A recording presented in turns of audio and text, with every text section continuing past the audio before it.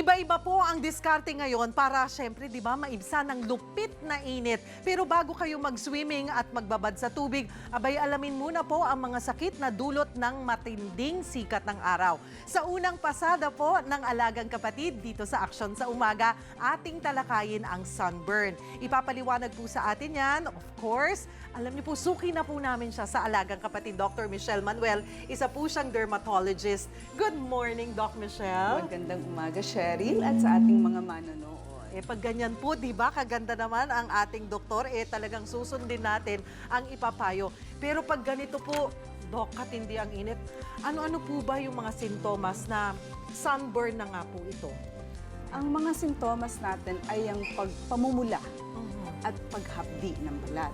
Pwede kasing mamula pero hindi naman humapdi. So, at ang sintomas nito, nagbavari din sa kulay ng balat. So, kung mas maputi ka, mas mabilis kang masunog. So, mas mabilis mamula at mabilis humapdi. So, yun ang sintomas talaga ng sunburn. And when do you get it? Yung oras, yung window ngayon, kasi naalala ko noon, noon talaga parang tatanda na. Nung mga few years back, between 10 to 3 ang sinasabing pinaka-harmful po ang sikat ng araw sa ating balat. Ngayon ba, nag-iba na? Ganun pa din, pero dinagdagan natin yan. Naging 9 to 4. 9 to 4. So, mas mahaba na ngayon ang oras na dapat medyo hindi tayo nagpapainit o nag-e-expose ng sobra. At pag po ito na yung nakita natin, yung mga nabanggit nyo po na pamumula na ng balat, nararamdaman na po natin yung hapdi, ano po ang kailangan natin gawin para maibsan itong sakit na dulot ng sunburn? Unang-una, dapat itago natin yung balat natin mula sa araw. So, hahanap tayo ng lilim. Okay. Ikalawa, paggamit ng payong o ng sombrero, nakakatulong yan. Yung mga damit din ng mga sinusuot natin, ngayon may mga bago ng may mga sun protection factor sa damit. Pati ang damit ngayon, yung material mismo, meron na rin. Yun yung mga physical means ng pagtulong sa pagsa-sunburn. Pero importante din ang pagsuot ng sunblock. Ngayon, ang sunblock natin hindi basta-bastang lalagay lang. Kailangan 20 minutes. Ayan, may tamang pamamaraan po mga kapatid ng pagpapahid. Yes. So you're saying 20 minutes bago ka mag-expose sa araw. At pagkatapos, depende sa number, yung SPF 30, 40, 50, kailangan reapplication. Yung number na yun, ay yun lang ang duration ng coverage, yung haba lang ng coverage, hindi yung depth of coverage. So pag mababa, madalas mong ilalagay sa balat. So depende po yan sa sun exposure. Yes. Na yung haba ng sun exposure. Now, totoo po ba na, kasi may makikita ka pa rin na SPF, okay, 50, ayan, pero may makikita ka rin SPF 100. Ang sinasabi po ay, you just stick with SPF 50 dahil the protection that you get doon sa SPF 100 na when you buy it, mas mahal, pareho lamang daw po sa mga pag-aaral? Pareho in a way doon sa pag-aaral natin, pareho lang yung nagiging coverage. Kagaya ng sinabi ko, kung hindi mo lang kayang mag-reapply o talagang buong araw ka nasa labas, yung mas mataas ang mas mainam. Kaya lang, mas marami ding preservatives, mas madami ding content na pwedeng mag-allergy ka sa mas mataas.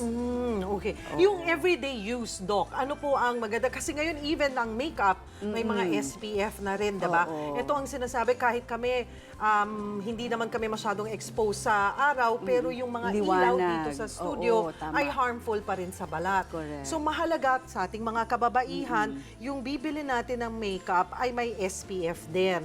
What is just right? At least 30.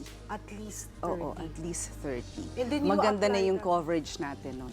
Or pwede rin po ba, Doc, or advisable ba na you apply first that SPF, and then yung sunblock pala, at saka you put on your makeup. Yes, at saka kung gusto mo naman, magre-refresh ka na lang nung powder na may sunblock. So hindi mo na aalisin yung makeup mo. Kasi, Doc, di ba yung SPF, the higher, mas sticky siya? Oo. Ayaw natin nun. Malagkit sa balat. At saka ang init dito sa atin nagpapawis. So kung yung makeup mo ay may SPF na, pwede nang hindi ka mag-apply? Pwede na. Tapos siguro pagkatapos ng 2 o 3 oras, magpahid ka na ulit ng powder. Okay, marami ngayon magbababad sa araw, may mga outing dyan, di ba? Correct. They want to get that nice tan, di ba? That nice color. Yun po ba ay okay lamang na hindi na sila mag-sunblock kasi nga gusto nila maging tan? Hindi pa rin. Hindi pa rin. Kasi kahit naman ikaw naka-sunblock, mangingitim ka pa rin. Oo, yung sunblock natin, protection natin yan sa balat para hindi masira yung loob ng balat. So, 2 klase ang UV rays. Yung UVB, yun yung between 9 to 3 or 9 to 4, ang sinisira niya yung ibabaw ng balat. So, pati yung pag-cell renewal ng balat. Yun namang UVA, yung UVA, paggising mo pa lang sa umaga, andyan na yan, hanggang matulog ka. Bago ka matulog yung takip silim ba yun? Oo. Medyo may UVA pa din.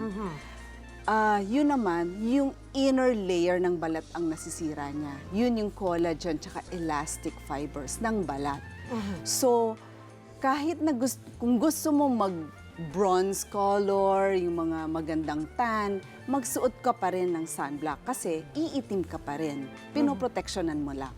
And yun po, kasi kung hindi po natin uugaliin mga kapatid, yung inyo pong paglalagay ng sunblock, lalo po, mas aaga po at bibilis yung itsura natin sa pagtanda. Correct. Dahil sabi nyo nga, yung outer layer ng skin, pag between 9 to 4, ay sinisira nito. Pero during the entire day, may UVA pa rin. Yes. Na sumisira naman yung sa elasticity and the collagen pala ng ating Yes. balat. Oo. Naku, sunblock. Dapat best friend na natin ang sunblock pala. Yes, best friend talaga natin. Oo. Pag naman po nasobrahan, Dok, sa pagbababad sa araw, ayan na, masakit. Paano natin to maiibsan yung pain? Oh, yung And pain. yung blistering. Oo. Cold compress. Cold compress. Oo. So, kuha ka ng bimpo o labakara, ilagay natin sa malamig na tubig at saka idampi-dampi sa balat.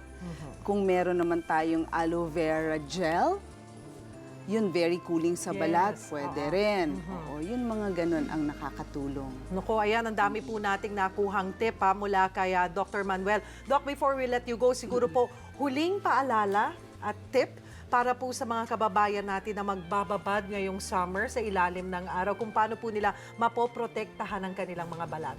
Ayan. So, ugaliin natin na maglagay ng sunblock na kung tayo naman ay magsuswimming, pag ahon mo sa tubig, maglalagay ulit tayo. Okay?